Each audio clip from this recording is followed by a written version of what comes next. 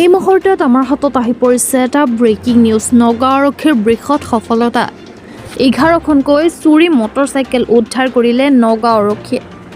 নগাঁও চহৰৰ বিভিন্ন স্থানৰ পৰা চুৰি হোৱা মটৰচাইকেল উদ্ধাৰ কৰিছে নগাঁও আৰক্ষীয়ে। অতিৰিক্ত আৰক্ষী অধীক্ষক পাৰ্থপ্ৰতিম শইকীয়াৰ নেতৃত্বত নগাঁও আৰক্ষীৰ ইটাচালি আৰক্ষী চকীৰ ভাৰপ্ৰাপ্ত বিষয়া অজিত সোণোৱালে চলোৱা অভিযানত 11খন চুৰি বাইক উদ্ধাৰ কৰা হয়।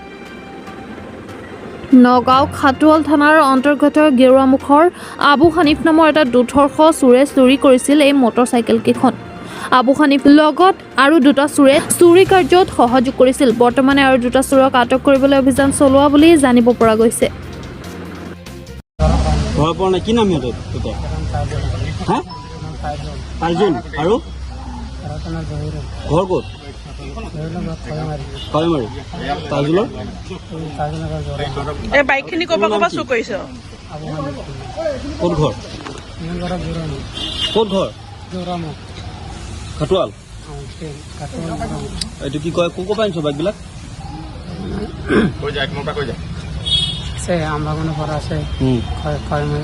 নগাঁও বাহিৰত ক'ৰ পৰা আনিছ?